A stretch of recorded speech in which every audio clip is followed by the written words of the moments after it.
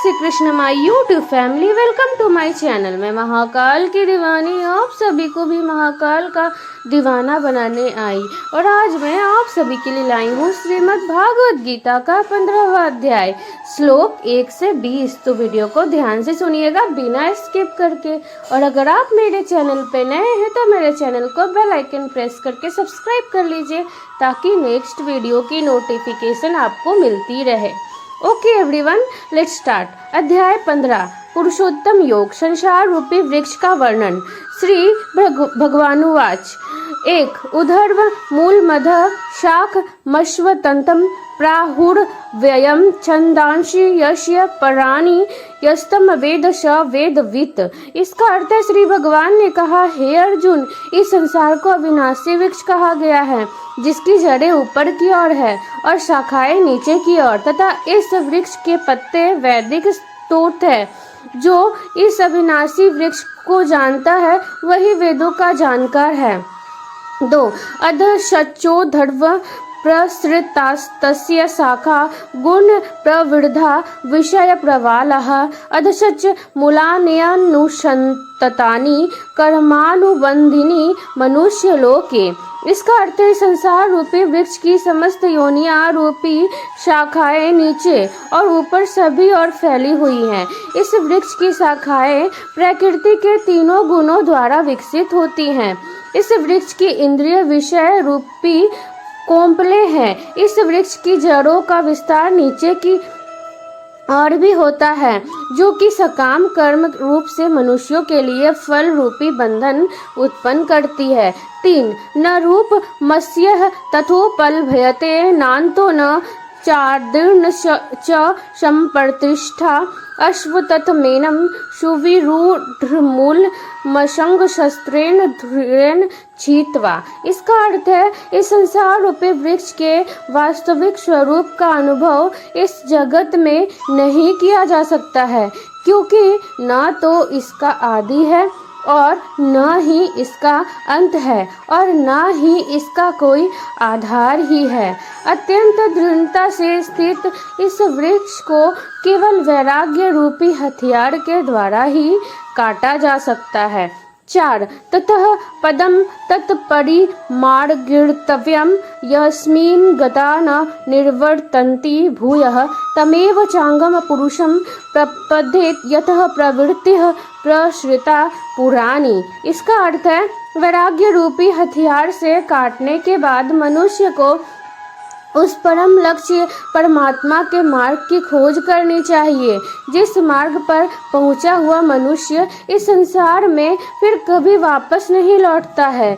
फिर मनुष्य को उस परमात्मा के शरणागत हो जाना चाहिए जिस परमात्मा से इस आदि रहित संसार रूपी वृक्ष की उत्पत्ति और विस्तार होता है।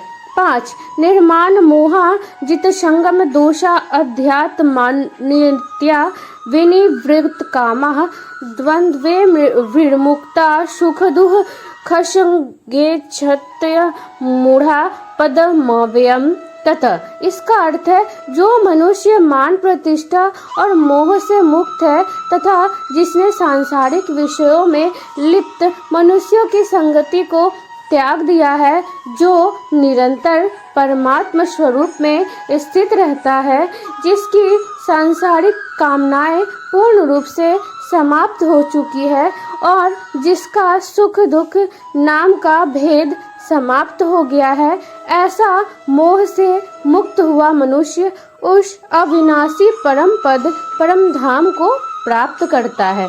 6 न तद्भसायते सूर्यो न शशांको न पावकः यदत्वा न निर्वर्तन्ते तधाम परम मम।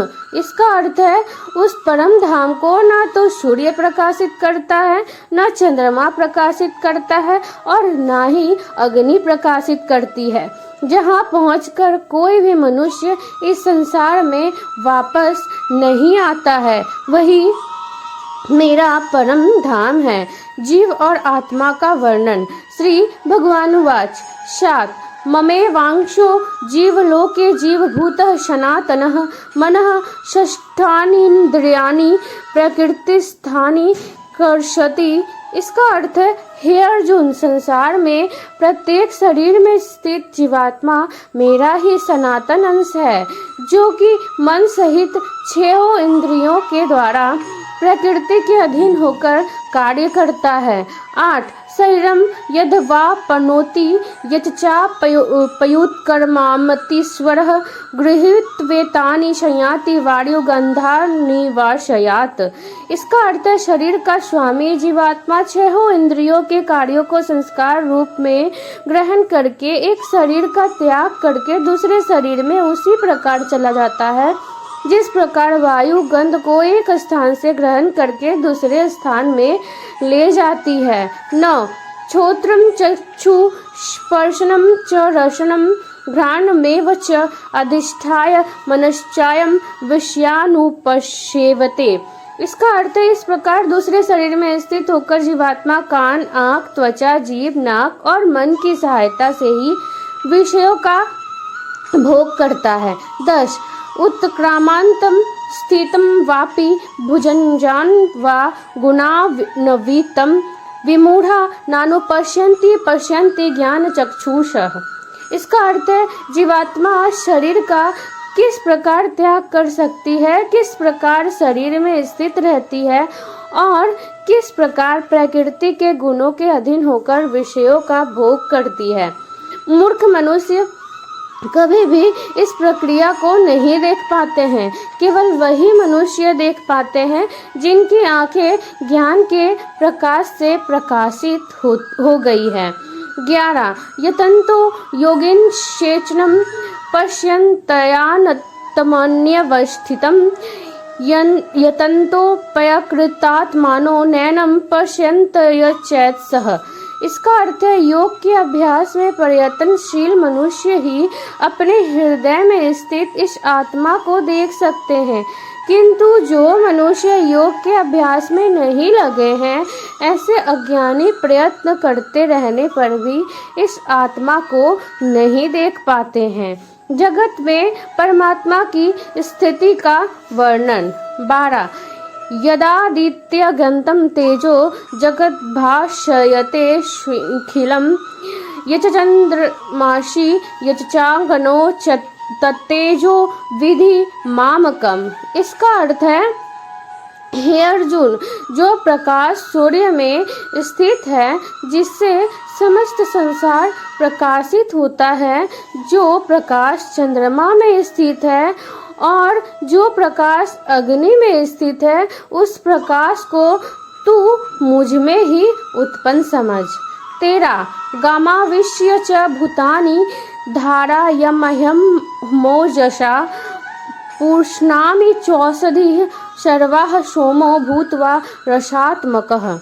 इसका अर्थ है मैं ही प्रत्येक लोक में प्रवेश करके अपनी शक्ति से सभी प्राणियों को धारण करता हूँ और मैं ही चंद्रमा के रूप से वनस्पतियों में जीवन रस बनकर समस्त प्राणियों का पोषण करता हूँ।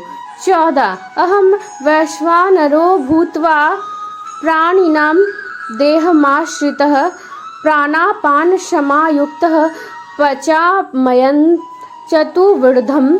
इसका अर्थ है मैं ही पाचन अग्नि के रूप में समस्त जीवों के शरीर में स्थित रहता हूँ। मैं ही प्राण वायु और अपान वायु को संतुलित रखते हुए 4 प्रकार के चबाने वाले, पीने वाले, चाटने वाले और चूसने वाले अन्नों को पचाता हूँ। 15 सर्वस्य चाहम हृदि सन्निविष्टो मतः स्मृति ज्ञानम पूहनम च वैदसच्च सर्वैरहमेव वेदो वेदांत कृदेव चाहम। इसका अर्थ है मैं ही समस्त जीवों के हृदय में आत्मा रूप में स्थित हूँ। मेरे द्वारा ही जीव को वास्तविक स्वरूप की स्मृति, विस्मृति और ज्ञान होता है। मैं ही समस्त वेदों के द्वारा जानने योग्य हूँ। मुझसे ही समस्त वेद उत्पन्न होते हैं और मैं ही समस्त वेदों को जानने वाला हूँ। शरीर, आत्मा और परमात्मा का वर्णन। 16 द्वाविमो पुरुषो लोके क्षर एव च क्षरम सर्वाणि भूतानि कुटस्थोक्षर उच्यते।